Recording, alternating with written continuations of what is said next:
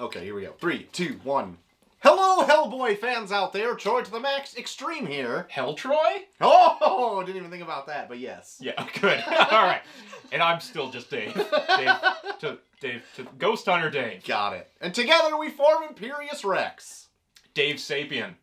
Ah. Should we call it? Nailed it. Not going to get any better. We're done. Today we are going over the second short story omnibus. That's right. Right over there. Hellboy collection. Can you see that? Straight out of Dark Horse. Should I pick it up? I don't know if you should pick it up. All right.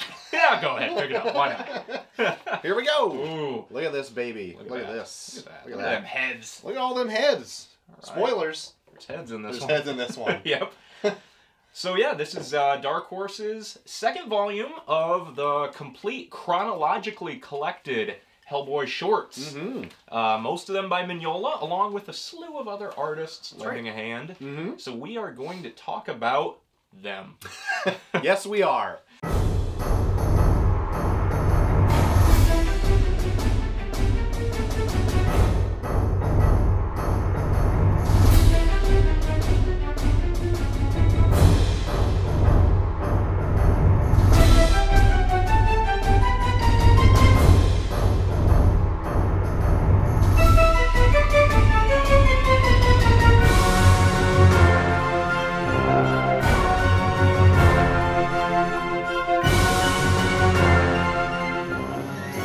Last episode, we left off with the Iron Shoes. My favorite. A favorite of both of ours. I think that was in 61 that took place. So we're coming back hot with the Hydra and the Lion. Yes. Which was originally published in 2006 in Dark Horse's Book of Monsters. And this takes place in 61 and Alaska, of all places. We travel up towards old American oil country where Hellboy is investigating a mysterious fog that's been appearing up in Alaska, only to find out that... that's all they sent him for. Like, it's so foggy! And he ends up talking to a nice, kind fella who he had a strongman friend for most of his life. That's right, named Hercules. And then... not the Hercules. Or is it? It might be. It probably is. He sees this small child trying to pry a tooth from this serpent Hydra. creature. Well, you don't find out it's a Hydra until Hellboy gives him the old right-handed doom. Yep. Splits his head right in two. Yep. He scuffles for the Hydra a bit and ends up beating it by tying it all up. Yep. And then... so it's like the BPRD guys will come and haul it off. Job well done. It's very much alive and pissed off at this point. It's like, they got it. So they can pick it up, and then there's a little afterward with Trevor Broom and associates, where it's a lot of exposition saying, that boy must have been some spirit of... Hercules wore a lion as a cloak. Yes. So that small child was the reincarnation of the lion. Yes. And Hellboy's like, so it was a ghost of a pair of pants. Cloak, Hellboy. Yes. Yeah. So yeah. Yep. Apparently this was written with Mignola's daughter. She helped with the scripting duties. Okay. As it shows. And right. He's like, yeah, it's just pure ridiculous. And to balance out how bizarre it is, that's why that huge page of like, hypothetically maybe it's this, but who knows? Or no, It's all bizarre. But they still got that Hydra locked up in the basement somewhere. Just one of the few times they actually divulge into Greek mythology in this. Do a lot of Christian stuff and a lot of like ancient Aztec things and such, but they don't really dip into like Roman or Greek mythology so much. No. Nice touch. It was. Nice touch for the first little dip into this second short story collection. It was a weird one to kick off with, I feel like, because I don't feel like it represents Hellboy as a whole very well. I agree, yep. But there's a lot of my notes start with, Hellboy goes. Yep. It's just like, that's where this Hellboy investigates. Yeah. Hellboy, he does something. Oh, boy does he. Speaking of, the Troll Witch. Oh, what's Hellboy do? Where does Hellboy go here? Well, Hellboy does come across a troll. Right. A troll witch to that effect. Ah, it all makes sense now. Yeah. I get that. And she regales him with a story about a woman who wanted to have a child, but has been having issues doing so. And so she goes and visits this nasty woman. Troll witch. A troll witch. In which she says, I'm going to give you 2 flowers, one pretty, one ugly. Eat the pretty one and you'll have a pretty child. Yep. So of course she eats both. Oh, yeah. And she has a beautiful daughter and then ends up having a troll daughter. Exactly. Yep. But they get along famously. Oh yeah, they're best buds. Yeah, the troll daughter's, you know, she's misunderstood. A little haggard looking. Yeah, she may just go into these crazy murderous fits if provoked. Turns out she was provoked. Yep, by some trolls. Yeah, so she goes out and tries to scuffle with them a bit. The pretty one sticks her head out the window to see what all the ruckus is. Gets her head snatched clean off. Wouldn't you know it, replaced with a cow's head. That actually happens twice in this short story collection. Yes. That's odd. I just put that together just now. Huh, fun. Anyway, she gets her head replaced with a cow's head. Yep. Still kicking. Yeah, somehow just now a beautiful cow person. Yeah. And the ugly troll gets her head back from the murderous trolls and kills them all. Yes. With a wooden spoon. A ladle. Or does she... I think she beats him to death. Does she beat him to death, or does she lay it... Oh, no, Hellboy does that. Oh, my goodness. That's what happens when I let you take the note. I am so sorry. It's this physical media I'm having to carry. I'm trying not to look at it, but... Trying not to drink it. But, well, what's happening here is that she's telling a story while Hellboy's also doing this in the real time. So it's kind of like mirroring each other. Right. Because Hellboy's there because these murderous trolls are back. Yes. And he's going to her, thinking he's going to have to lay the smack down. And she's like, no, it's not me. It's these other guys. That's right. And if you're going to go there and, you know, start a war, just take this ladle. Yeah. They won't cross it. They dare not. No, it's stained in the blood of their ancestors. That's right. So he lays it outside their cave, their troll cave, and when it gets to be sunup, they can't get into their cave, they all turn to stone. Yep. A bloodless way to go. All right. Nasty way to go. Nasty. Well, I mean, considering the alternative, who's to say? Getting beaten to death? with said ladle. Yeah. But I love the end where Hellboy's like, oh, I've heard this story. You know, the one who gets her head pulled off, she meets a handsome prince, she gets fixed, and she lives happily ever after. Right. And the troll witch is like, nope, she died as a cow. and that's pretty much it. That's how it ends. And then it shows the decapitated head that the troll witch has just kind of kept all these years of her sister. Yep. And it's all rotted up, and it has flowers in its hair. And she's like, someday a woman is going to come to me, and I'll give her these flowers, and she'll grow beautiful babies. Beautiful babies. Grow some babies. Yeah. I love this story. This is one of my favorite Hellboy stories. Oh, yeah? It's so, like, dark and kind of sad. Oh, yeah, for like, sure. There's no humor in it, other than the ridiculously of getting her head snatched off and replaced with a cow's. Right. But everything else is just like, oh, that's so dismal. Yeah, I guess you're right. Pretty bleak. Moving on. Yep. The Baba Yaga. Oh, old favorite. That's right. Moving into Russia. Yes. The Russian Baba Yaga is a horrible, nasty woman creature who has a chicken leg house and rides on a goblet. Yep. And she does odd things, such as count the fingers of sinners at night. Of corpses. Yeah, of dead sinners, and then also goes and counts, like, spoons in people's houses. And this old woman is telling Hellboy the story. She's like, one man watched her count the spoons for hours as he hid in the closet and bit a rag so as not to scream. And I'm like, that is great imagery. Can you imagine that nasty old woman coming into your house and just counting your silverware? No thanks. Oh, man. She get into my silverware drawer, she's going to hate it. They're all mismatched. So, this is, like, a pretty short one. It's like his first encounter with the Baba Yaga. Yes, which we'd only heard about prior to this in Wake the Devil. But this is the issue where he shoots out her eye with his big old gun. Shoots out her goddamn eye. Yep. And then at the end calls her a horrible thing. And then that's like my favorite part of the issue. Pick a spot, because I'm going to plant you, you horrible thing. There's a few times in this where Hellboy calls something a horrible thing. And this time reading through it, I laughed so hard during those Just because, why would you ever call something that? I don't know. It's great. It's really great. So good. Yep. And this was released 2 years after Wake the Devil. Oh, wow. So we had heard of this, but yeah, we haven't actually seen it go down until Mignola drew it specifically for the chained coffin trade. Oh, it was never done before that. Huh. And I also love that when he shoots her eye out, she's pretty much done. Like, she's, you know, like an eternal figure, but she's out of the world now. So that's why she never, like, has any real power over Hellboy, but she still, like, affects the land, because they said at that following year, spring never came, and every child born was blind in one eye. Yep.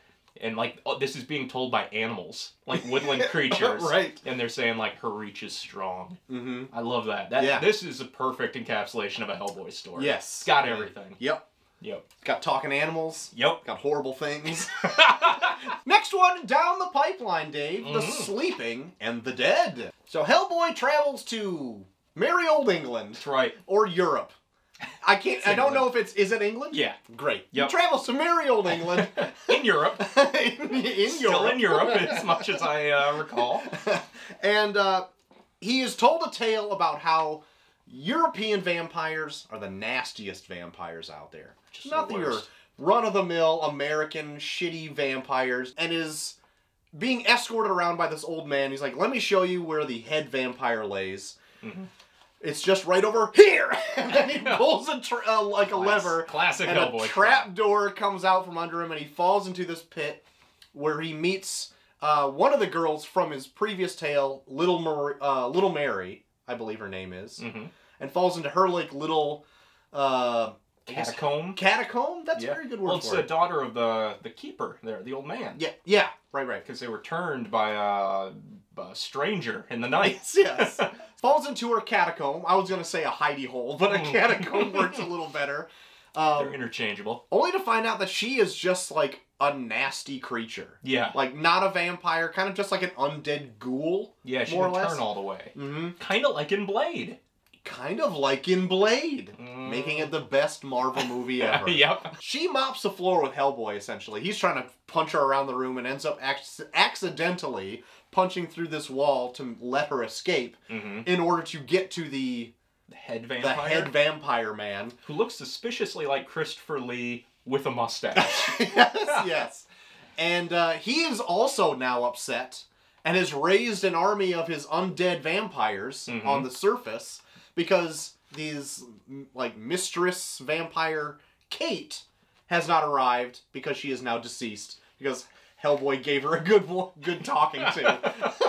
And by talking to, I mean a good, like, shooting with a gun. Right. And then she fell into, like, a tree and staked herself or something to that effect. There's some BPRD dudes who are in... Dudes? What? We had a kegger? What are you There's saying?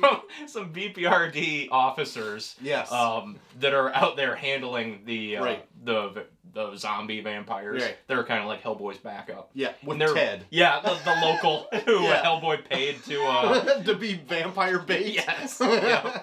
Met him in the bar. Yeah. I'll pay your bill if you want to be dead meat.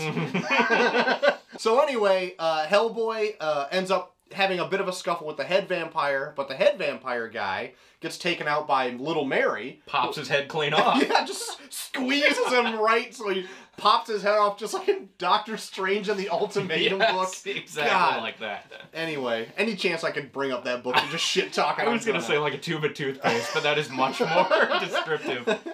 Yep. And then with that, his instant decapitation, all of the undead zombies on the surface, they all drop dead.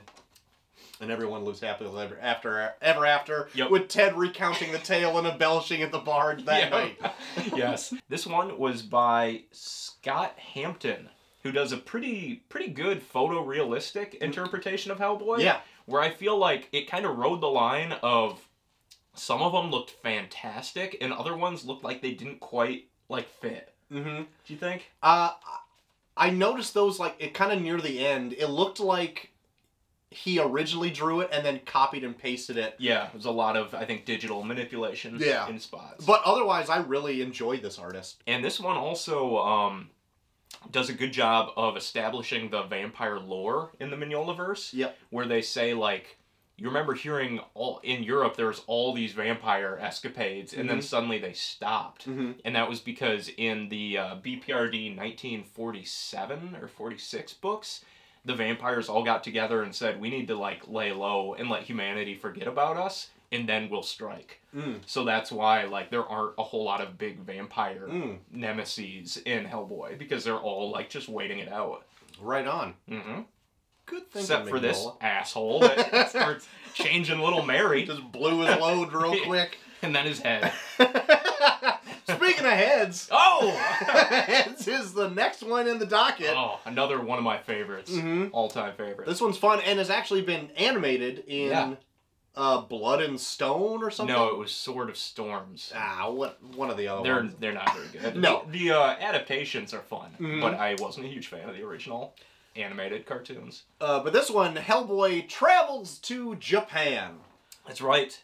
Kyoto. You want to take this one, Dave? Sure. It's 1967 we're up to. Okay. This was originally published in 98 as a backup story to an Abe Sapien issue. Okay. Strange, considering this is like one of the most well-regarded Hellboy stories. Right. And Hellboy's investigating an evil house.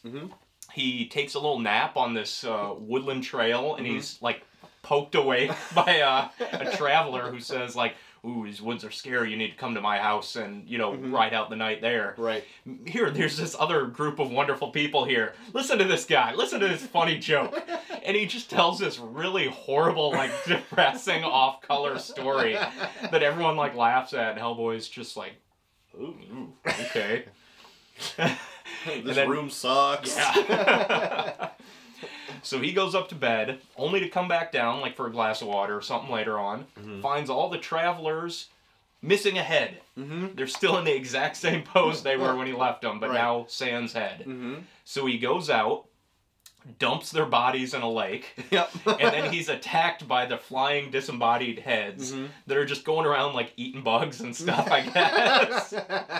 And they're chomping on him, and he's socking them with like sticks, like they're baseballs. And they scuffle back and forth until the sun comes up, and then they just burn up on contact. And they're like, where's our bodies? And he's like, tossed them in the lake. How you guys didn't look very hard. Idiots. And that's it. They're just like, oh, the lake. Oh, no. They're done. Yeah. Next one down the line, Goodbye, Mr. Todd. Mr. Todd. Man, they had some laughs. Mr. Todd is a psychic medium who has fallen a bit on hard times. Can't get into the trance like he used to. No. So, in order to get deeper into the trance, he's dived into the psychedelic drugs in order to really take a deep dive there. To which Hellboy says, shouldn't do drugs. Yeah, it's a great PSA. So he's being escorted in. Hellboy's being escorted into like the back room. Yeah, by his assistant. Mr. Todd's assistant. Only to see Mr. Todd like shriveled up like a raisin and an ectoplasm like hanging out of his head. Yeah. And then I like how they went into like pseudoscience on how ectoplasm takes the moisture out of your body, but I guess he didn't have enough for the ectoplasm to hold its form. For the creature to become like fully in physical manifestation. Right, ectoplasmic? Yes. I think that's the word you're looking for, Dave. I'm always, like, interested in this ectoplasm gobbledygook, because apparently, like, this stuff kind of happens. I've seen photos of, like, mediums with all this weird snotty shit, like, coming out of their body. Are you thinking about Ghostbusters 2? Yes. I've seen pictures of Ghostbusters 2. Okay. No, I've got a book on it. It's up there somewhere. But yeah, like, mediums do this. And I've never been able to, like, wrap my head around it.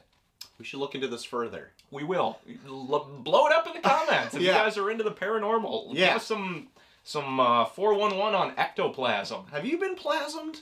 Let us know. But yes, he conjures up a demon, I think one of the Ogdru Hem. Oh, yeah. Yeah. Who exists, they no longer have a physical body, and they exist in this, like, abyss between worlds.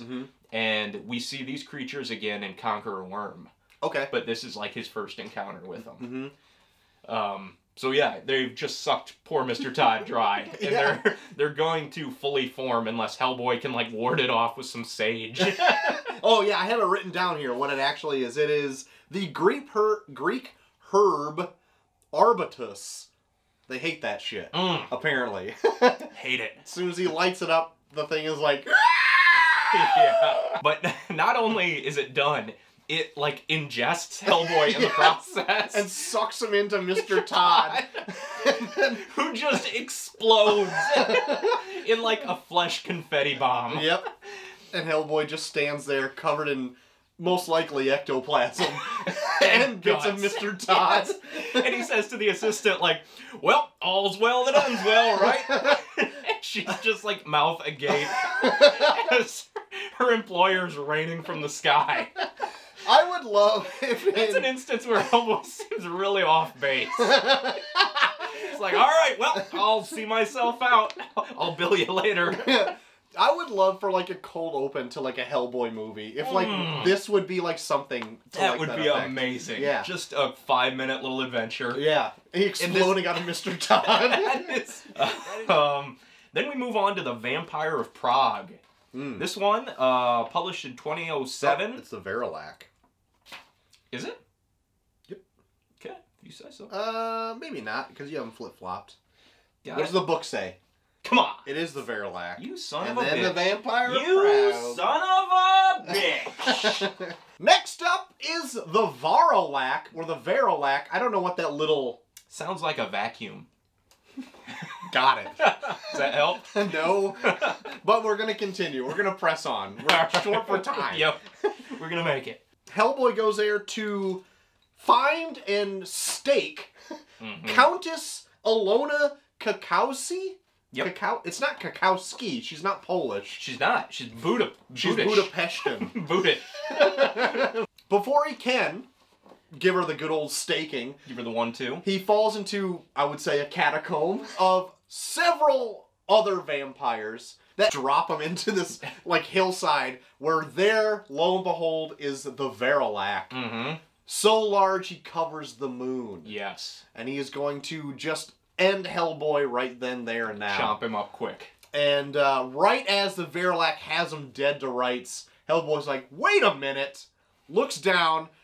He's been duped this whole time, being hypnotized by the Countess Ilona. Countess Krakowski!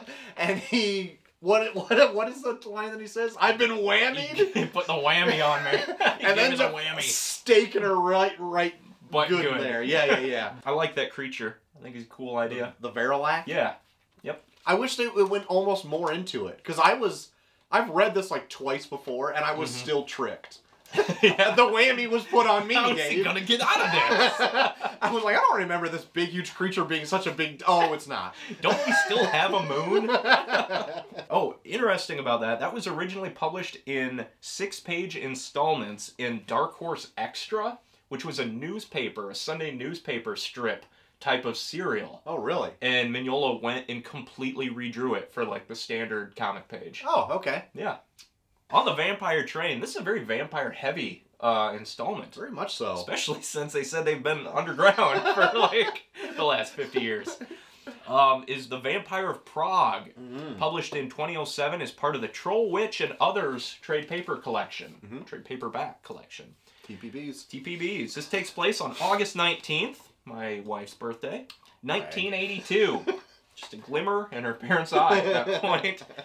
But this gives us a look at the spiritual underbelly of Prague, with like the haunted streets, creepy puppet stores, and demonic card players. Also, baby blimps. Yes. That weird fetus creature is in like every panel. Oh my. So this is drawn by P. Craig Russell, who's a comics mainstay. Very notable artist. I am not a huge fan of the artwork on this one. This one grew on me. It's kind of off-putting that you don't have... It's not as, like, dark and, like, gloomy as, like, usually other artists are. And I feel like this story lends itself to being very dark and gloomy. Because it's talking about, like, all the seedy areas of this city. Of this, like, European city. Yeah. So I would have loved to see Mignola draw this. But I think he was thrilled to have this artist on board. And he was like, do whatever. I heard he didn't even give him, like, didn't even tell him how many pages it had to be. It's just like, just do it. Just make it. A good chunk of this is just him fighting the Vampire of Prague, and it's just like no real dialogue. It's just them bouncing around Prague. Yeah, like bouncing from rooftop to rooftop. They fight so long that once again the sun comes up and kills it, and that's it. And well, as it dies, Hellboy, as it dies, Hellboy, like, some cards scattered out, and he looks and he has like a winning hand, and he says like "fuck you," and that's it. Yeah, Full House beats a straight. Yep. There you go. There you go. Yep. I don't know. I think the Vampire of Prague makes another appearance sometime. I think he might pop up in Hellboy in Hell. In fact, I know he does. He's in the Death Card issue of Hellboy in Hell. Okay, sure. So yeah, this is kind of a notable one. Not one of my favorite. I like the story. I'm just not big on the artwork. It's again like the one where Hellboy gets married in the previous collection. I feel like it's a little too cartoony for my taste. Mike McMahon. Yeah. McMahon. Sorry. I mean, it's good. I don't like my Hellboy that way. Well, it's all right. It's all right. Agree to disagree, Dave. I like this one. I thought it was fun and bouncy. It was very bouncy. All right. Moving on. Yep. The Bride of Hell. Sorry to spook you. You spooked me rotten. Save that shit for October. Oh, shit, sorry. Richard Corbin back on art. Oh, great. Always good. Yes. It takes place in 85. Hellboy comes across a bit of a seance sacrifice type deal where this woman looks like she's in some deep shit. Yes. I didn't know where you were going with that. I'm going straight to the point. He goes ahead and throws a lady over his shoulder, gets out of these like nasty priests that are trying to sacrifice her or do whatever, and he ends up running into the woods because like a big demon is now approaching him. Yep. That you find out his name is Asmodeus. Asmodeus. Yeah, a big like lion-headed demon. Like demon creature with thing. wings. With wings. Yep. Almost like a griffin that could stand up. Yeah. So he runs across like some holy lands, I guess, that are in this woods where the Asmodeus won't traverse. Right. Right. And there he finds like a monk priest where the monk priest gives him like the whole kind of backstory on what Asmodeus kind of his whole deal is. And he's like, he was summoned by King Solomon, I think, and it was helped him build like a city, and then was given wives, like in return. Yes. So the monk priest says, "Hey, I'll watch this lady here. She'll be safe under my watch. Don't you worry, buddy." Yep. And so Hellboy's like, "All right, fight that demon. I'm gonna go find that demon. I'm gonna put the hurt on him. Put the whammy on him." Yeah. And so he goes and does that, only to find that Asmodeus is like, "Whoa, hold on! I've never taken a wife by force. Nope. It's these assholes." She wanted it, man. She was. Did you see how she was dressed? She was practically begging for it. Oh my goodness! I'm trying to separate myself from you now. But really, she was not forced into it. She loves this Asmodeus guy as much as she loves string cheese. Asmodeus. I don't know. I don't know what else she likes. I don't know. As much as she likes Star David tattoos on the hip. Yeah. She's got one of those. Yep. It's his mark. Yeah. Does that make him like a Jewish demon? King Solomon, that's Jewish. Hebrew? Yeah. I don't know too much about religion. I don't either. We probably shouldn't. We talk a big game. But I tap out here. Someone set us straight. So anyway, Hellboy is taking it to Asmodeus. I keep wanting to call him Astaroth, and that's not right. Yeah, that's the bearded guy. Yeah, not him. With the snaky stick. Asmodeus. Yep. And only to find, like, he said, like, whatever, I'd never taken a wife by force, blah, blah, blah, blah, blah. I've said that 100 times already. God damn. And then you find out that, like, really neither side on this is, like, perfectly clean. I would say he comes off better than the Knights. The Knights of, what did I say they were called? Knights of St. Hagen. Yeah. They're the ones that have been hunting him down. Right. Because they're all about, like, hey, God. You know? That's true. They do say that. But I mean, I guess he is like a demon. He is like taking it to Hellboy. Like, but he's not like killing anybody. That's true. But he does like have a room of skulls, which is a bit ominous. Maybe. Hey man, none of those skulls were brought here against their will. So I guess that maybe turned me around on this. So anyway, that monk priest ended up being like a bit of a prick. Because he kills the woman. Yeah. Because she's like, I love that thing! That horrible thing! I love it! Yes. Anyway. And it's right after Hellboy kills Lionhead. Asmodeus. Yes. Not Astaroth. So yeah, it ends with basically like, shit, did I do the right thing? Yeah, this one, like, throws you for a bit of a loop, and then I don't even know if at the very end I was like, oh, that's a fun twist, but like, it's not my favorite. No, it's not my favorite. It gets really steeped in like theology, and to the point where it's like, I don't really care. Yeah, exactly. Yeah. Like I appreciate that they did that with it, but I feel like I would rather have Richard Corbin's talents used on something more crooked and mannish. Yeah, very much so. Yes.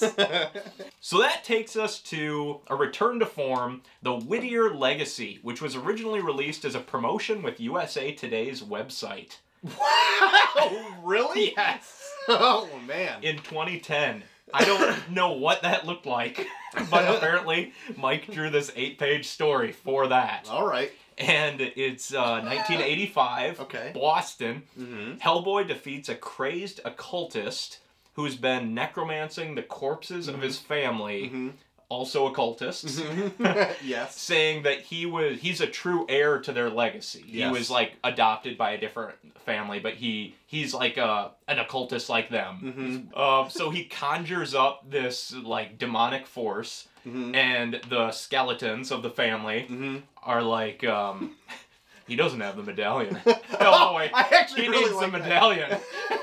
And he's like, that's going to be a problem.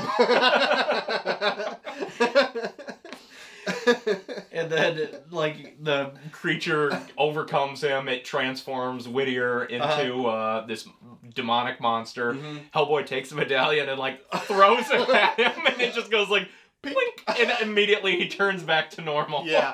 And then the demonic creature just like snips him in half, and he falls to pieces. Right. And Hellboy like sits up and gets chummy with the skeleton. He's like, oh man, why can't they all be that easy? Yeah. I actually really like that ending. I do too.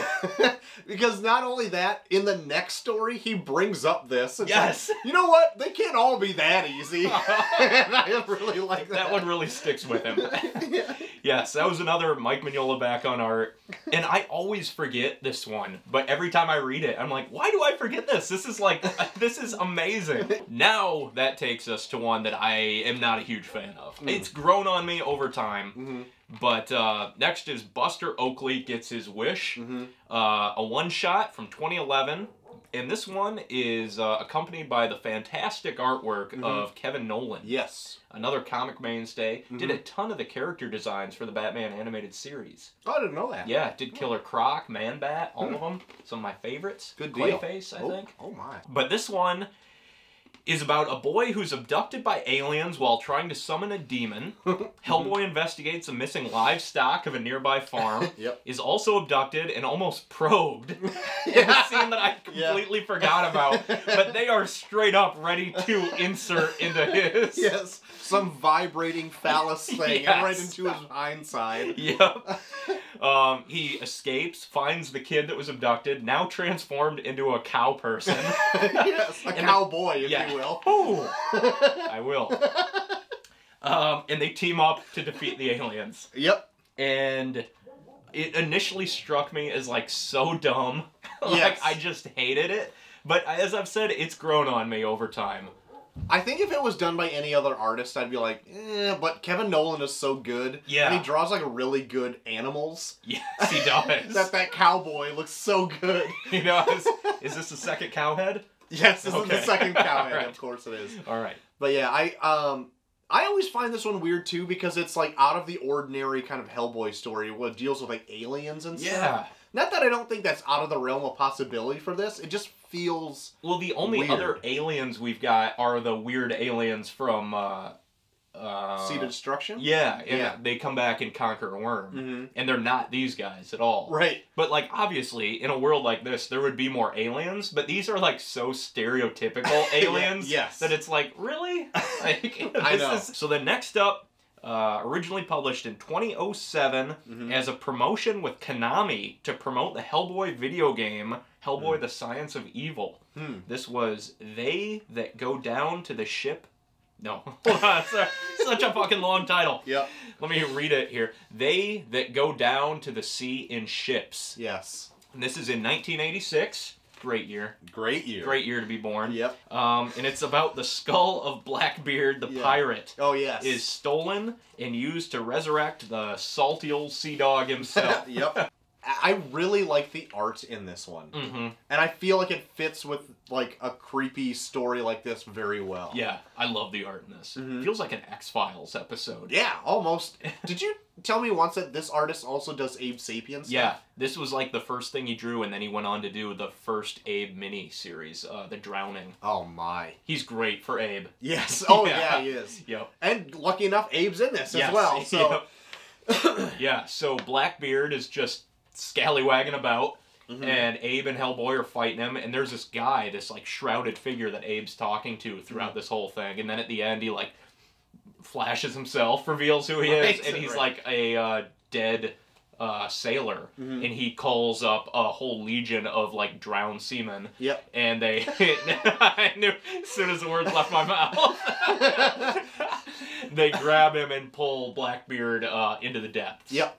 And I'm going to say this again. I think if it was anybody else, I was like, yeah, it's a fun story. Yeah. Like if it was Corbin doing it or something. Maybe if it was Corbin, I'd like it too. But let's say like Mignola just did it. Yeah. I don't think I would feel like it has as much resonance as with this artist. And I think it was really good. I totally agree. That's a good point. Like certain artists make stories much better than they would. Well, I guess we've kind of talked about this ad nauseum.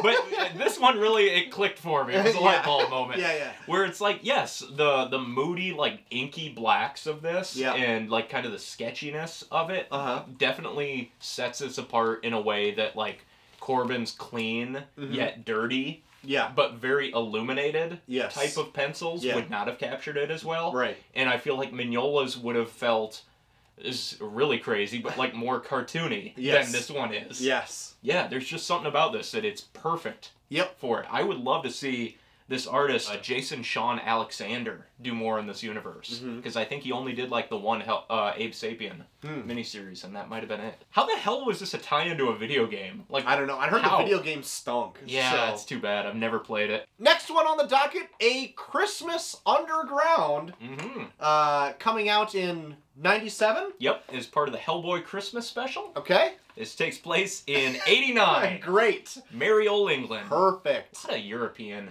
Hellboy's great when he's in Europe. Oh, yeah. Yep. So much mystery over there. Castles. Yeah. Maybe vampires. Depends. But Hellboy goes to visit a Mrs. Hatch, who is on her deathbed on Christmas Sounds like Eve. a Charles Dickens character. Yes. And she is reminiscing about family that has long passed, but a daughter that still comes to visit her. And she has a gift for her for Hellboy to deliver to her because she believes, well, she sees him as Father Christmas. Father Christmas. Yes. Yep. I love that panel. Me too. That's one that stuck with me for years. Like, I read this years ago, and that always comes to mind. I always remember that, too, when we start the Christmas stuff, because she, like... Because she's on her way out. She's delirious. She really is. And so he goes and tells the priest, like, hey, I'm going to go deal with this shit. I'll be right back. Yeah. Her daughter has been missing, I guess. Like, Adar's been missing for, like, 5 years. Right. And we find out she was led down to this underground mansion by this being with, like, glimmering eyes. Yes. And she takes it as, like, a weird, like, almost like Alice in Wonderland type deal. Yeah, he's like a prince. Yeah.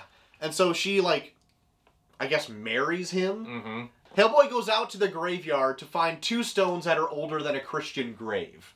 Okay. And then he cracks those open to go underground to try to find this missing daughter to give her this gift, you know. And to find out that she is setting up a dinner. Yes. For a banquet. her guest and her family that will soon arrive. Yep. Only to find out that these... like heavenly kind of family members that you see are not so heavenly. They're a bit... decomposing. Decomposing and gross looking. Yes. Hellboy gives her the gift, which illuminates her to see, like, her world and her surroundings for as they are. Yes. And he gives her a cross necklace, as you would, and she sees that now she's at a banquet full of, like, rotting hands and heads and feet. Yes. And a bunch of ghouls come up. So, typical Hellboy fashion, gives him the slam. Yep. Gives him the whammy. Yep. And fights her prince, who's just a weird hairy rat beast. Yes, yes. Yeah. And as he's fighting him to, like, the surface, the clock strikes midnight, and then the demon gets boned by church bells. Great boning. It's a great boning. It's one that really Hellboy doesn't have anything to do with besides just fighting him to the surface. It's the equivalent. It's the Christian equivalent to sunrise. It very much is. Church bells bones him instantly. Yep. It's great. So as, like, the house is burning down, the mom on her deathbed sees her daughter one last time, too, as it wraps up. So she has, like, her final farewell. Yep. It's a good one. It's a good, touching Christmas story. It is. Next, Dr. Karp's Experiment. This one was published in Dark Horse Book of Hauntings in 2003. Takes place in 1991. We're in the 90s now. In Long Island. And Hellboy assists a BPRD team of investigators as they check out a supposedly haunted house. They find some blueprints that reveal, like, a secret room that they haven't checked before. Yep. So he enters and is immediately attacked by a man with an electric spear. Yes, yeah. They, like, force him down on the ground, take some blood from him, inject it into, like, a monkey test subject, which immediately turns into a giant monster. Hellboy has to fight him. Chaos ensues. The whole thing gets wrapped up, and Hellboy, like, snaps awake and realizes he's only been, like, gone 2 seconds. He walked into the room and, like, fell over. And the bureau is like, what happened? You just, like, collapsed. And he's looking around, and all over the room are, like, the ancient remains of everything that he just encountered. So he's like, oh my god, what happened? And, like, there's a syringe with his blood in it and everything. And they're like, you okay? And he's like, oh, I need a minute. And he goes out of there. And that's essentially it. But I think that's, like, a really ingenious way to tell, like, a haunted house story. Where it's almost a time travel story. Right. I even like, when they go into the house, they're just saying, like, yeah, it's Dr. Karp's house. It's been deemed haunted. And Hellboy's like, well, how haunted? And they're like, we've had some people in here checking it out. Like, I like that because they're paranormal investigators. There's levels of hauntedness. Like, people say they're haunted. Like, the mediums say they're about to get the same thing. Some murder or whatever. Blah, blah, blah, blah, blah. And it's, like, just like run-of-the-mill blue-collar stuff to them. And I'm like, that's a really fun detail. This is also the first appearance of the Helliopic Brotherhood of Ra. They play a huge role in BPRD and in Witchfinder. Sir Edward Grey Witchfinder. Yeah, I didn't realize this was the first time that they made an appearance in the Mignolaverse, but they're major players. Oh my goodness. Alright, so we got 3 more. Alright. Oh, I'm not a huge fan of this. I'm not either. Good. We can do this one quick. Okay. And then refuel. Or do you want a beer now? Sure. Alright. I just put in 8 hours at work. Now I'm coming to do this. Trying to keep the energy up. I feel like this one's really long.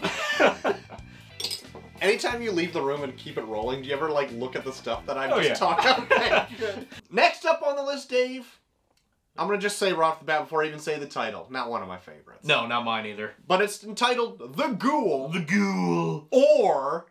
Yeah. Reflections on Death and the Poetry of Worms. Sounds artsy. I knew you wouldn't like it. Yeah, I'm not into high art. Apparently Mignola knew that this wasn't going to be well received, but he did it anyway because it was like a fun experiment.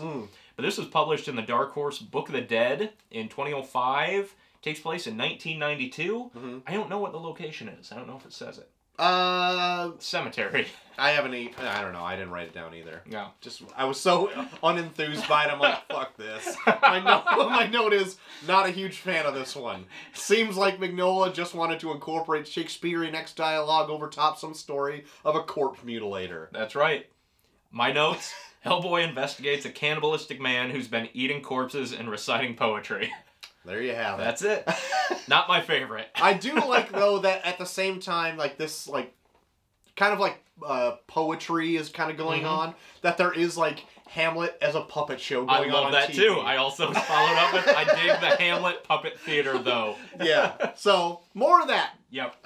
I think Mignola really digs that type of thing, because he does throw in a lot of like quotes and lyrics and poetry and stuff like that. A lot of Poe, a lot of Lovecraft. I don't know if there's a lot of Poe, a lot of Shakespeare, stuff like that. So I get it. You know, it's interesting. It's not my thing. Yeah, which is I don't mind that either. But like this whole short is that like it's all like quotes from a book over top of something else going on. It's hard to read them and get what's going on and put them together in any way that makes sense. Yeah, I feel like I don't feel like they really fit together. No, maybe and the fact that the corpse is saying, or is it the corpse? No, the ghoul is saying it. Like it doesn't.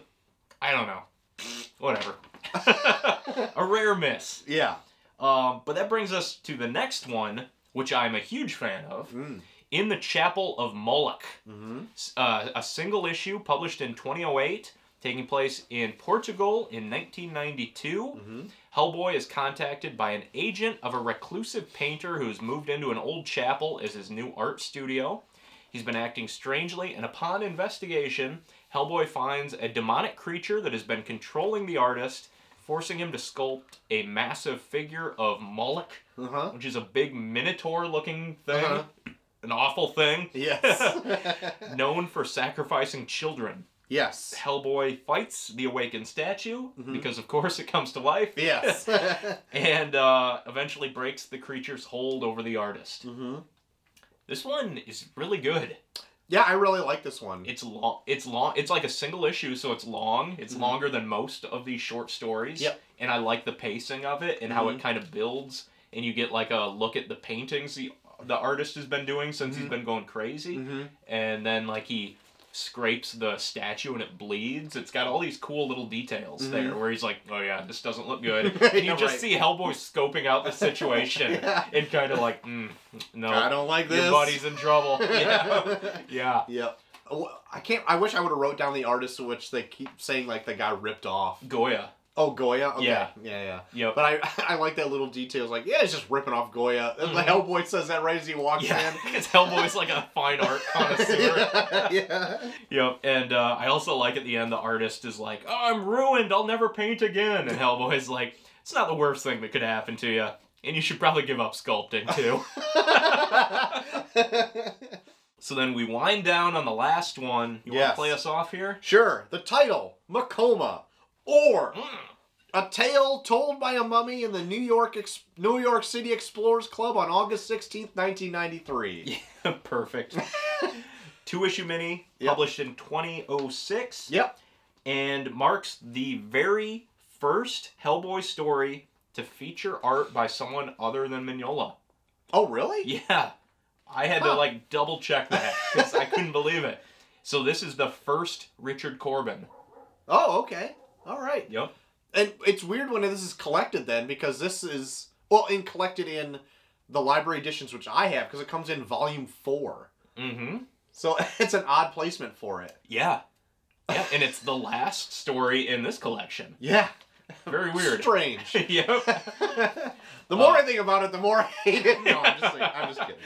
But they do a good job of bridging it. Like, this is Mignola kind of handing off the baton to other people, because he draws the intro and the outro of this story. Yes. Which is Hellboy in the Explorers Club, and he meets the mummy. Yep. And then, like, here's a tale recanted by the mummy. Yep. And that tale is of Mignola. Yes. This great and fearless warrior in Africa who carries a large hammer, defeats his enemies as he journeys to the end of the world, where he meets a 7-headed dragon, battles it, dying in the process, but creating a world anew from his actions. Yes. So it's an early glimpse at what's to come with Hellboy himself. Quite a bit. Yeah. I actually really liked the Mignola story quite a bit, and like having, when it's being told like Hellboy is in his place, where he goes and fights like the almost like elemental African god monsters, where one is like ones that built the mountains, one is the one that dug the rivers and all that kind of stuff. Fights them all and puts them in his sack. Puts them in his sack. Get in the sack. Only to come across later on the woman who almost sent him off on this journey And she is transformed into like a beautiful woman, which like tricks him into eating all his friends that he's made in the sack, only to have the strength to fight like the big bad at the end. I thought it was like a really fun story. It was. Yep, it was cool. It was a good retelling of like Hellboy through a different lens, like a different cultural lens. Yes. And it also mentions that Hellboy has been to Africa once as a child with Professor Broom, which he later says like, oh yeah, I want to go to Africa again. I think after Conquer Worm, he says, I'm going to go to Africa. And then he does. Yep. But he has fond memories of it from that trip. And they also mentioned that Broom has been missing as he went on the Cavendish expedition. So this takes us right up to Seed of Destruction, where he comes back. Yeah, it was good. It was a good wrap-up. It was good. And I especially like the afterword on it. Yes. Because, like, the mummy tells a story and then crumbles to dust. And therefore was now kicked out of the New York City Explorers Club for life. Hellboy's banned. Yes. They're like, what did you do? Get out of here! And he's never able to come back. I thought that was the funniest detail ever. I know. It's a great way to end it. Yeah. All in all, I had a fun time with all these shorts. This one I had like there was a few stinkers in this one that I didn't really care for, but I flew through these. Yeah, and they're all fairly short. The ones in this are shorter than the ones in the previous omnibus. Yeah. I was telling you before we recorded that I wanted to read this as close to the recording date so I could remember all the things going on. And, like, I was really down to the wire on this one. I read them all yesterday. On the drive here. And, like, I was panicking because I didn't read them over the weekend or whatever, but I flew through them in no time. Yep. This is probably the most cost-effective and easiest way to pick up everything Hellboy. Yes. Is in these new omnibuses. Yes. Yeah, and they're nice. They're great. Yeah. That's how I read most of these. So that is going to do it. What do you think about all these Hellboy shorts? What's your favorite that we've reviewed over the last... There you go. Maybe this episode and the last one, if you want to multiply all those in there. Yes. Who knows? Maybe I asked the same question last time. Don't remember. If you liked this so much, this little loose episode about all these Hellboy shorts, why don't you join us on our Patreon, where me and Dave do a twice-monthly podcast where we riff about anything that's going on in our lives over like the last, I don't know, couple weeks, whenever we can record it. But we usually have 2 a month. Yep. And they're pretty fun. That's right. And then we also do a book club, monthly book club. So, until next time when we talk about more Hellboy goodness and more comic goodness, I've been Troy to the Max Extreme. And I've been Ghost Hunter Dave. And together we've been Imperius Rex. We'll see you next time. Bye-bye. Seemed like it took an hour and a half.